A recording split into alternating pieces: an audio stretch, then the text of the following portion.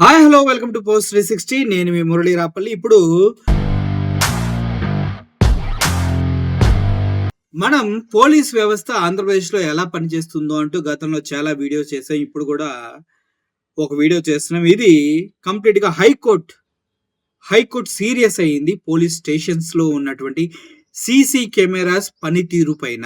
ఎందుకంటే TDP government కూటమి ప్రభుత్వం వచ్చినప్పటి నుంచి చాలా అక్రమ అరెస్టులు జరిగాయి. చాలా మంది సోషల్ మీడియా కార్యకర్తల పైన అక్రమ కేసులు పెట్టారు. బిఎస్ఎన్ 111 అంటూ అది వర్తించినప్పటికీ దానిపైన చాలా మందిని అరెస్ట్ చేయడం జరిగింది. వాళ్ళని ఇబ్బంది పెట్టడం జరిగింది. కొంతమంది ముందుగా అరెస్ట్ చేసి తర్వాత 4, 5 రోజుల తర్వాత కోర్టులో ప్రొడ్యూస్ చేసి, ఎందుకంటే ఎవరినైనా అరెస్ట్ చేసినప్పుడు 24 అవర్స్‌లో జడ్జి గారి ముందు ప్రెజెంట్ చేయాలి. కానీ అటువంటి సిట్యుయేషన్స్ ఆంధ్రప్రదేశ్‌లో అయితే జరగలేదు. ముందుగానే అరెస్ట్ చేసి 4 రోజుల ముందు కస్టోడియల్ టార్చర్స్ అన్ని చేసేసే విధంగా నిర్బంధించి వారిపైన అటాకులు చేసి వాళ్ళకి కావాల్సిన విధంగా రిపోర్టులు రాసుకొని వాటిపైన సంతకాలు పెట్టించుకొని చివరికి జడ్జి గారి ముందు ప్రెజెంట్ చేసేటువంటి ప్రక్రియ గత 8 నెలలుగా ఆంధ్రప్రదేశ్‌లో జరుగుతూనే ఉంది. దీనికి సంబంధించి చాలా మంది లాయర్లు కోర్టులో కేసులు వేయడం జరిగింది.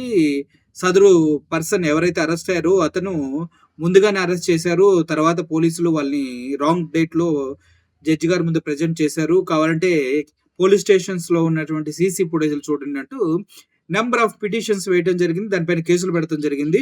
అయినప్పటికీ పోలీసులు వెళ్ళిన ప్రతిసారి సీసీటీవీ ఫుటేజ్‌లు పాడైపోయినాయి అని చెప్పడం, కోతులు పాడు చేసినాయి అని చెప్పడం, నీళ్లు పడినాయి అని చెప్పడం, ఇలా అనేకమైనటువంటి రీజన్స్ తోటి సీసీటీవీ ఫుటేజెస్ అనేది కోర్టుకి సమర్పించకుండా నాటకాలు వేస్తూ ఉన్నారు. దీనికి సంబంధించి గతంలో పల్నాడు ఎస్పీ గారికి నోటీసులు ఇవ్వడం జరిగింది. ఎందుకంటే ఎస్హెచ్ఓ కూడా నోటీసులు ఇవ్వడం జరిగింది. నీ ఎస్హెచ్ఓ డ్యూటీ ఏంటి, స్టేషన్‌లో ఉన్నటువంటి అన్ని పనిచేస్తున్నాయా లేదా అని చూసుకోవడం, దానికి సంబంధించిన రిపోర్ట్లు ఇవ్వడం, పని చేయకపోతే దాన్ని బాగు చేయించుకోవడం, సీసీ కెమెరాస్ కావచ్చు, ఫోన్స్ కావచ్చు, వాట్ ఎవర్ ఇట్ ఈస్, దాన్ని ఎస్హెచ్ఓ స్టేషన్ హౌస్ ఆఫీసర్ ఎవరైతే ఉన్నారో వారు దాన్ని పర్యవేక్షించి కంప్లీట్‌గా వర్కింగ్ కండిషన్‌లో పెట్టుకునే రెస్పాన్సిబిలిటీ వాళ్ళది.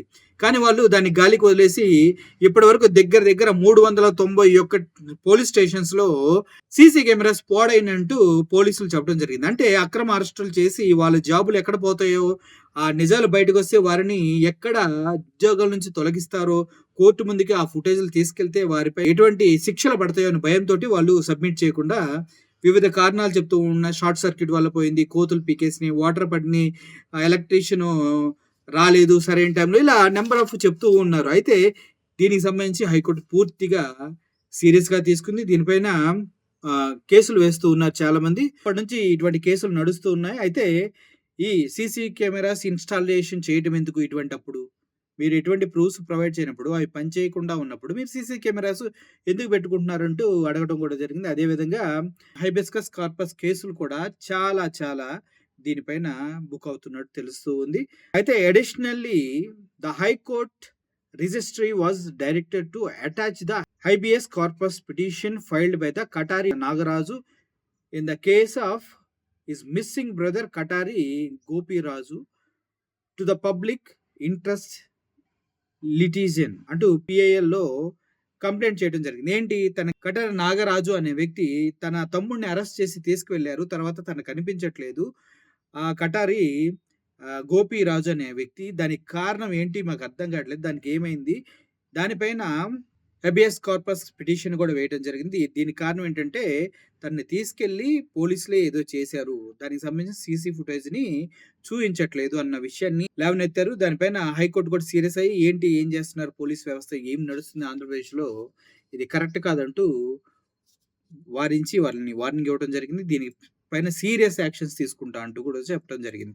చూద్దాం ఎటువంటి సీరియస్ యాక్షన్స్ హైకోర్టులు తీసుకుంటాయి, ఇటువంటి అక్రమాలకి పాల్పడినటువంటి పోలీస్ ఆఫీసర్స్ పైన ఎటువంటి చట్టాలు ప్రయోగిస్తారు, ఎటువంటి శిక్షలు వేస్తారు కూడా వేచి చూడాల్సిన అవసరం ఎంతైనా ఉంది. Thanks for watching this video. ఈ వీడియో పైన మీ విలువైన స్పందనని కామెంట్ రూపంలో తెలియచేయండి. Thank you so much.